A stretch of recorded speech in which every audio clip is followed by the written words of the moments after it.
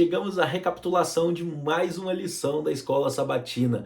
Nós estamos chegando ao estudo de número 6 do nosso guia sobre o livro de Êxodo. E hoje nós estudaremos sobre a travessia do Mar Vermelho. Bom, se você tem gostado do estudo dessa lição, se você tem gostado daquilo que temos compartilhado aqui no canal, não deixe de curtir esse vídeo e compartilhar com seus amigos e com os irmãos da sua igreja. Quanto mais você curte, quanto mais você compartilha este conteúdo, mais o YouTube entende que ele é importante e faz ele chegar para muito mais pessoas. Então curte, compartilhe nos grupos da sua igreja, nos grupos de amigos, tá certo? E não deixe de comentar o que você está achando aqui, deixe sugestões de vídeos, dúvidas que você tenha e eu estarei respondendo você, tá certo? Bom, vamos lá, vamos estudar a nossa lição de número 6. Na última semana nós estudamos ali sobre a Páscoa, né? Sobre a morte do primogênito e hoje nós vamos iniciar o nosso estudo então sobre a travessia do mar. Este que é um outro evento importantíssimo aqui dentro da narrativa do Êxodo. Eu quero ler o verso para memorizar, que está no capítulo 14, verso 13 e 14 de Êxodo, que diz assim: Moisés, porém, respondeu ao povo: Não tenham medo, fiquem firmes e vejam o livramento que o Senhor lhes fará no dia de hoje, porque vocês nunca mais verão esses egípcios que hoje vocês estão vendo. O Senhor lutará por vocês. Fiquem calmos. Esse texto é muito importante e ele é assim significativo para o desenvolvimento da lição. Aqui são as palavras que Moisés fala aos filhos de Israel um pouco antes da abertura do mar. E é interessante aqui a expressão e que eu creio que permeia toda a ideia que nós vamos estudar durante essa semana, que é: o Senhor lutará por vocês. É interessante, na lição da Escola Sabatina da semana passada, eu falei com vocês que todo o capítulo 12, ele tem uma linguagem de o Senhor tirando exércitos do Egito. O Senhor dos Exércitos, Adonai Tsebaot, tirando os seus exércitos do Egito. Então toda essa linguagem militar que acontece ali. E essa linguagem militar, ela é muito importante porque ela vai agora aparecer no restante do Pentateuco todo, no restante da Torá todo. Mas é interessante que apesar de Israel ser tratado como um exército, Israel é um exército que até então, até esse momento, não luta as suas próprias batalhas. Quem luta por Israel é o próprio Deus. Então é interessante porque você tem a configuração do exército de Israel, eles são descritos como agrupamentos militares, e os egípcios agora vêm aí, e os egípcios eles têm os seus exércitos, seus armamentos e tudo mais.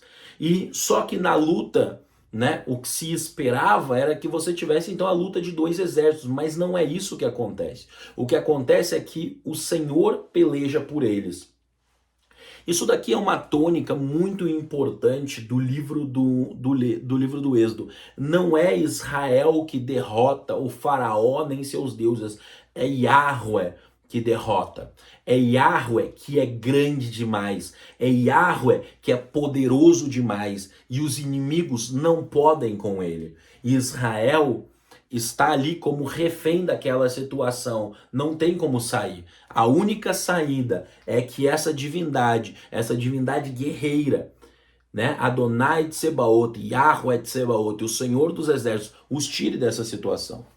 E tudo o que está acontecendo aqui, esse livramento, a Páscoa, se torna um grande símbolo de salvação em toda a Bíblia. Eu achei interessante o que o autor aqui, Giri Moscala, ele comenta no primeiro parágrafo de sábado, quando ele diz assim, ó: o Êxodo é a experiência mais impressionante e gloriosa do povo de Deus no Antigo Testamento. Esse evento é o modelo de como Deus derrotou os inimigos dos hebreus e os levou vitoriosamente para a terra prometida. É também um símbolo da salvação e redenção em Cristo Jesus. Aqui ele pega muito bem esta ideia Quem está pelejando é Deus. E esse evento aqui, ele é um símbolo da salvação. Talvez, se nós formos pensar no maior evento salvífico antes da cruz do Calvário e o maior evento salvífico fora a cruz do Calvário, seja o Êxodo. Ali Deus, de forma grandiosa, de forma gloriosa, vence os inimigos de Israel, vence a maior potência mundial, libertando o seu povo. E ele liberta o seu povo como um exército, ele liberta o seu povo para ir e adorarem a ele. Aqui nós temos no domingo é exatamente essa ideia aparecendo, né? Nós temos aqui o estudo sobre isso, aonde o povo ele tem agora um convite para adorar a Deus. Eles estão saindo do Egito, mas eles não estão saindo do Egito a esmo. Eles estão saindo do Egito porque ali na frente, como nós veremos mais na frente na lição, né, no nosso guia, eles vão fazer uma aliança com Deus. Eles se tornarão agora adoradores oficialmente do Deus de Israel. É interessante um outro ponto que eu gostei aqui que o autor fala, que ele diz assim, ele não estava arrependido, se aludindo a Faraó, enquanto alguns podiam pensar que no final, né, da última praga, da 10ª praga, aonde o filho morre, aonde ele libera o povo para ir embora, que ele se arrependeu. Faraó não se arrependeu. E é interessante porque os capítulos 13 e 14, eles tornam a usar a linguagem de que Deus teria endurecido o coração de Faraó. Teria exatamente para manifestar a sua grandeza, para manifestar a sua glória. É interessante se nós olharmos aqui no capítulo, abra sua Bíblia aí no livro de Êxodo, porque essa ideia ela torna a repetir-se aqui.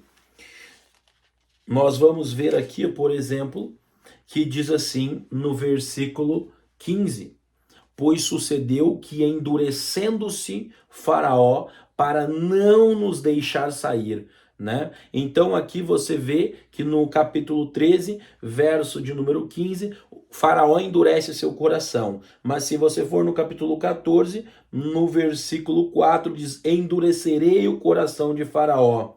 Né? Aí o verso 8 diz: porque o Senhor endureceu o coração de Faraó, o rei do Egito, para que perseguisse os filhos de Israel, porém os filhos de Israel, né, saíram afoitamente. Então, mas por que que isso acontece? Porque Deus agora queria manifestar toda a sua glória. E novamente, note a dinâmica, né? Note a dinâmica. Primeiro diz que Faraó endurece seu coração, depois diz que Deus endureceu o coração de Faraó. Nós já estudamos sobre isso, eu não vou, né, tornar a explicar isso, você já sabe a explicação, mas a ideia aqui ela é muito clara em tudo isso. Faraó está com o coração endurecido.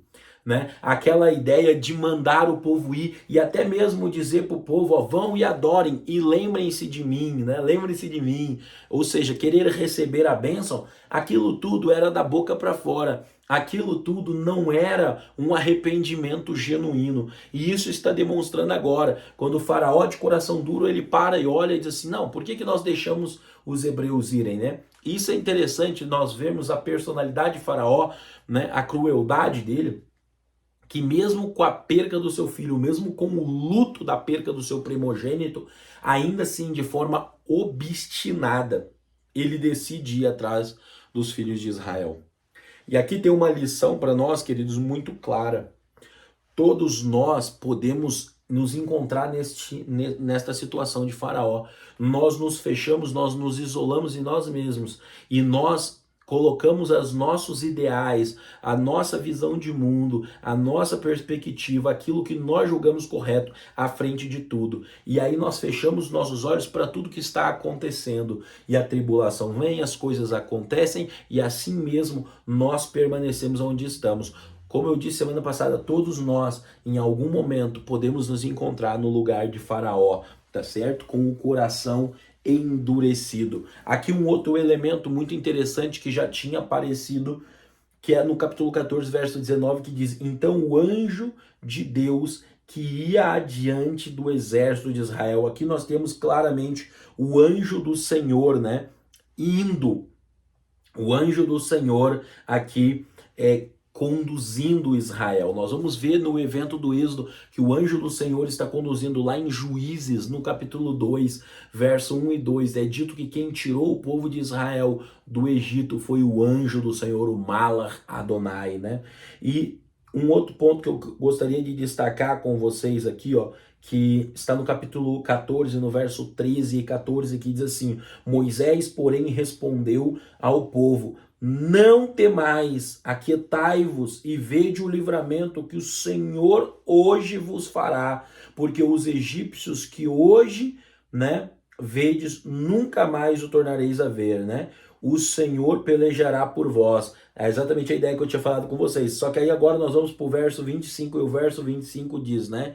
Empurrou-lhes as rodas dos carros e fez-os andar difusamente. Então disseram os egípcios: fujamos da presença de Israel, porque o Senhor peleja por eles contra os egípcios. Se nós olharmos o verso 30, diz assim, ó, assim o Senhor livrou Israel naquele dia da mão dos egípcios e viu os egípcios mortos na praia do mar, né? Então aqui nós vemos o Senhor o tempo inteiro pelejando, né? Agora, uma curiosidade para quem gosta, né, de estudar a Bíblia mais profundamente, essa ideia aqui do Mar Vermelho que eles estão atravessando, na verdade, a tradução mais literal de Ansuf, né, seria Mar de Juncos e não Mar Vermelho. O que que acontece?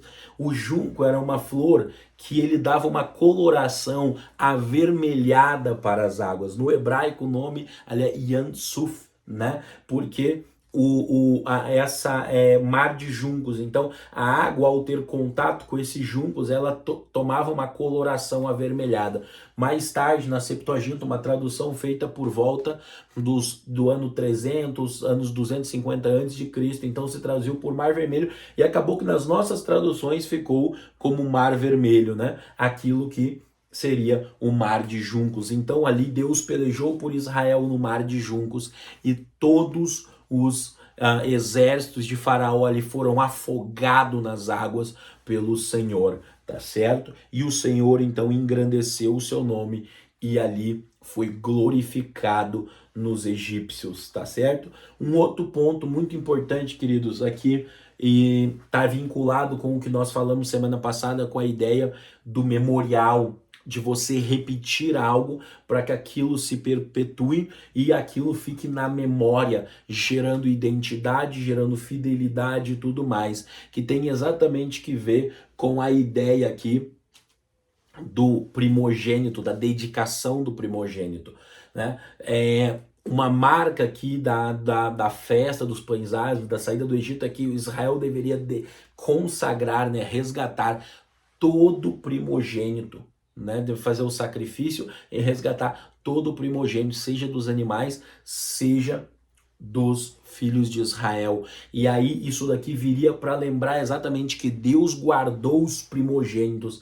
Então, ano após ano, ao Israel fazer isso, os hebreus se lembrariam de que Deus guardou os seus primogênitos, enquanto os primogênitos do Egito morreram, faleceram por causa da desobediência. Então, ano após ano, Israel exatamente se lembraria, né, de que Deus, ele é poderoso e ele guarda os filhos de Israel. Aqui tem uma ideia, queridos, muito importante de ser compreendida também, que todas essas festas, elas são, podemos dizer assim, um antídoto contra a idolatria. Se você observar nos períodos de idolatria de Israel, que Israel apostata do Senhor no 8º século, no 7º século antes da Era Comum, antes de Cristo, eles pararam de celebrar as festas, eles pararam de fazer estas coisas. Por quê? Porque eles estavam no contexto da idolatria. Por exemplo, quando Deus diz assim que ao eles colherem, eles deveriam dedicar as primícias para Deus, isso daqui é um antídoto contra a idolatria. Por quê? Eles não deveriam atribuir a outras divindades a colheita deles, como eles fizeram. Quando tu lê o livro de Oséias, tu vai ver lá em Oséias que eles atribuíram as suas colheitas a Baal, né? Do algodão e o vinho atribuíram a Baal. Em tantos outros contextos, eles buscaram adorar Baal e Ashra por conta da fertilização, né? Por conta de a terra se tornar mais fértil e eles colherem e tudo mais. Então, quando Deus diz para eles, olha, as primícias dos filhos de vocês são minha, né? Os primeiros, o primogênito, as primícias do campo de vocês são minha, as primícias do gado de vocês são meu, o primogênito do gado de vocês são meu. O que que Deus está dizendo? Vocês dependem de mim. E isso daqui já seria uma vacina contra a idolatria nas futuras gerações. E toda vez que Israel apostata do Senhor, que Israel deixa o Senhor, você tem esse abandono, né, das festas, esse abandono desses ritos sendo feitos, e aí então possibilitando uma apostasia. Bom, vamos aqui para a parte então de terça-feira, que a gente já falou um pouco, né, sobre a travessia do Mar Vermelho. Também falei um pouco com vocês aqui exatamente de Israel, né, com uma linguagem militar, como que Moisés, né, Deus aqui fala com Israel e se comunica com ele, com Moisés, como se Israel fosse aqui um grupo militar saindo do Egito, nós já falamos disso.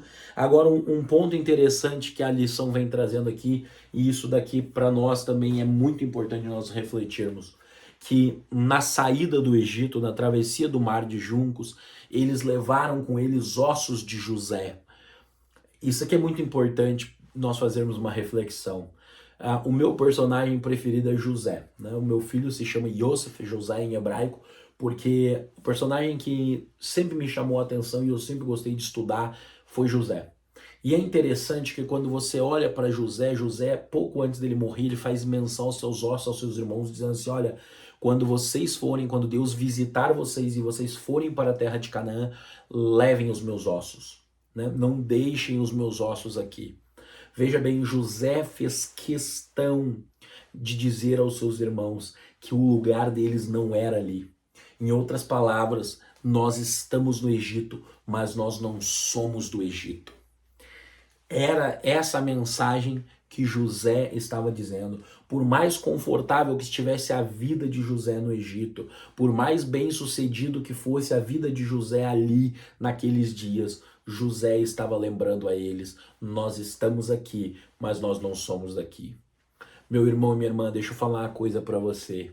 Nós estamos nessa terra, mas nós não somos dessa terra.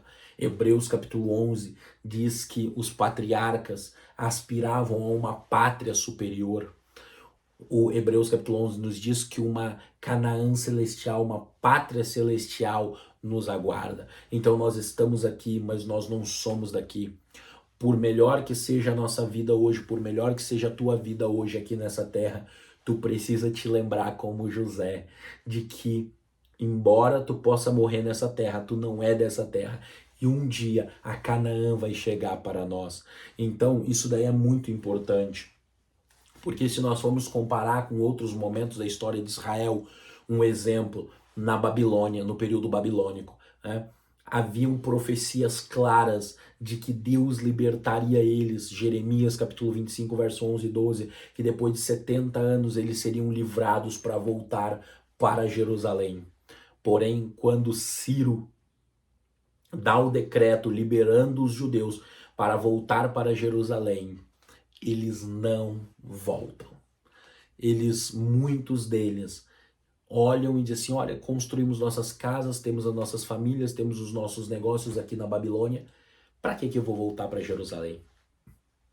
Sabe, é muito perigoso que nós e muitos israelitas, daqueles que estão saindo, desculpa, muitos israelitas daqueles que estão saindo do Egito, eles também tinham esse mesmo pensamento.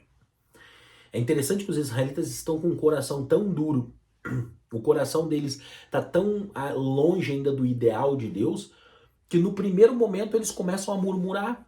No primeiro momento, quando eles veem os exércitos de Faraó chegando, eles dizem para Moisés, Moisés, por acaso nos tiraste do Egito porque lá não tinham sepulturas suficientes? Nos tiraste do Egito para morrer no deserto? Eles estavam tão acostumados àquela vida no Egito, que na primeira tribulação, na primeira dificuldade, eles queriam voltar para o Egito. E esse é um fenômeno que acontece em toda a Bíblia hebraica. Por exemplo, quando Deus disse para os judeus, para os hebreus, que eles iriam se tornar cativos em Babilônia, uma das primeiras coisas que eles fazem é tentar fazer aliança com o Egito. E Deus disse: não façam aliança com o Egito. Lá no livro de Jeremias, não façam aliança com o Egito. Me obedeçam, aceitem o meu plano para vocês. Mas eles não aceitaram. Então o que que acontece? O Deus, em todos os tempos, ele vem dizendo que tem algo maior para nós, que tem algo para seus filhos. Mas não é raro os filhos de Deus que se esquecem desse algo maior que o Senhor tem e trocam esse algo maior que o Senhor tem por algo muito menor nessa terra. E isso estava acontecendo com muitos hebreus, isso aconteceu com muitos judeus na época do cativeiro babilônico, e isso pode acontecer com nós. Então a história de José, ela deixa uma rica lição para nós. Nós estamos aqui, mas nós não somos daqui. Tá certo? E aí, avançando pela fé, né? É interessante porque nesse texto que nós acabamos de ler, né, Moisés ele diz algumas coisas, né? Não tenham medo. Fiquem firmes. Vejam o livramento que o Senhor lhes fará no dia de hoje. O Senhor lutará por vocês. Aqui nós temos Moisés claramente dizendo para eles, em outras palavras: vamos avançar pela fé. Não tenham medo. Fiquem firmes. Vejam o que o Senhor vai fazer. E a ordem do Senhor é clara. Estende o cajado, o mar vai se abrir, vocês vão atravessar. Até deixe-me aproveitar aqui e dizer algo para vocês.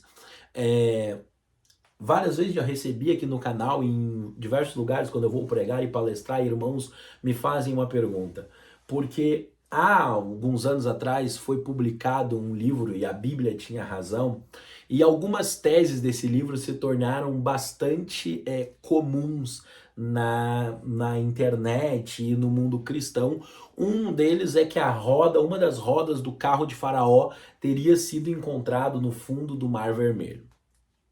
Queridos, isso não condiz com a realidade, tá?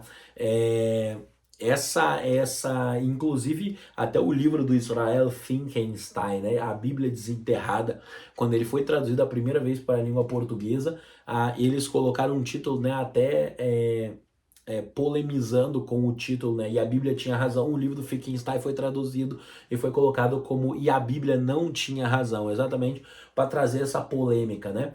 Então, por quê? Porque é uma tese que eles nunca foi encontrado roda do carro de Faraó no fundo do Mar Vermelho e tudo mais, até porque possivelmente tudo aquilo que foi para o fundo do mar e lá ficou, depois de mais de 3.000 anos, aquilo foi, né? Já se foi, já desapareceu, se alguma coisa existia lá, tá certo? Né? Nada restou lá. Então, tomemos cuidado com essas teses. Então aqui Moisés, pela fé, né? Pela fé ele olha e diz, vamos avançar. Agora eu gostaria de destacar um último ponto e muito importante, que está no cântico de Moisés e Miriam, que é da onde Deus atua. Para isso eu gostaria de convidar vocês a abrirem as Bíblias aí de vocês. A minha já deixei aberta aqui no capítulo 15. Esse cântico é um cântico lindo. Acredito, e é uma dica, deixa eu dar uma dica para vocês. Por exemplo, quando eu estudo a lição, eu vou lá e olho assim, quais são os capítulos da Bíblia que a lição vai estar abordando na semana. E eu vou lá e leio todos os capítulos. Vou lá e leio todos os capítulos que a lição está abordando e vou fazendo as minhas anotações, fazendo meu estudo, e depois eu leio a lição de novo. Para quê? Para mim poder ter uma dimensão mais profunda do que a lição está trabalhando. Até porque o autor da lição, ele tem muito pouco espaço para desenvolver tudo que seria necessário. Desculpa. Então, vamos aqui para o capítulo 11. Eu vou destacar aqui alguns versículos e vocês vão entender. Aqui, Êxodo, capítulo 15, versículo de número 11, diz assim: O Senhor, ó Senhor, quem é como tu entre os deuses? Quem é como tu, glorificado em santidade, terrível em feitos gloriosos, que opera maravilhas? Verso 13: Com a tua beneficência guiaste o povo que salvaste, com a tua força o levaste à habitação da tua santidade. Se nós formos para o verso 17, diz: Tu o introduzirás e o plantarás no monte da tua herança, no lugar que aparelhaste, ó Senhor, para a tua habitação, no santuário, ó Senhor, que as tuas mãos estabeleceram. Esse texto aqui, ele é muito importante. Primeiro, o verso 11, quando ele diz aqui glorificado, o que acontece?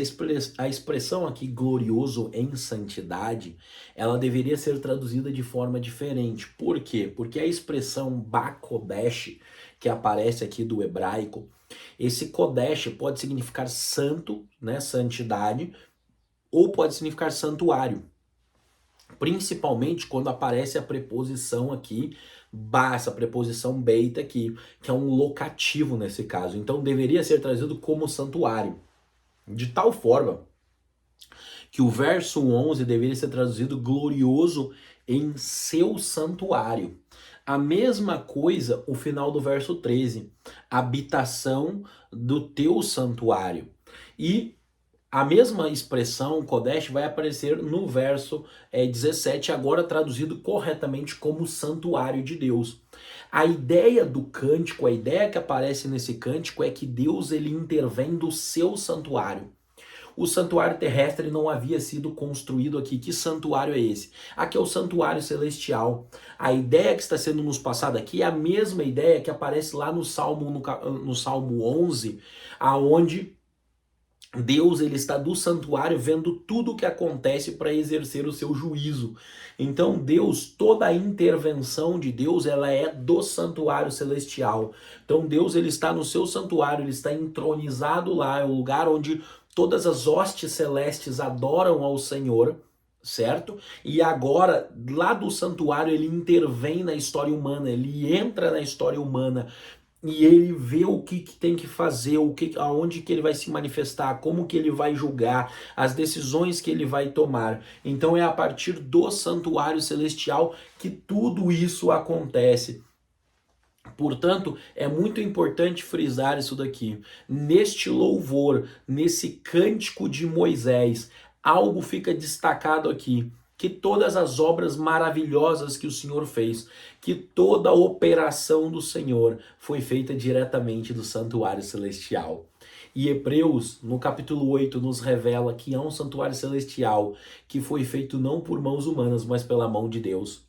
Todas as vezes que nós oramos hoje, Deus lá do santuário celestial, ele atenta para as nossas petições, ele atenta para nós e ele entra em provisão. Portanto, eu e você hoje podemos buscar ao Senhor no santuário celestial e ele nos atenderá. Até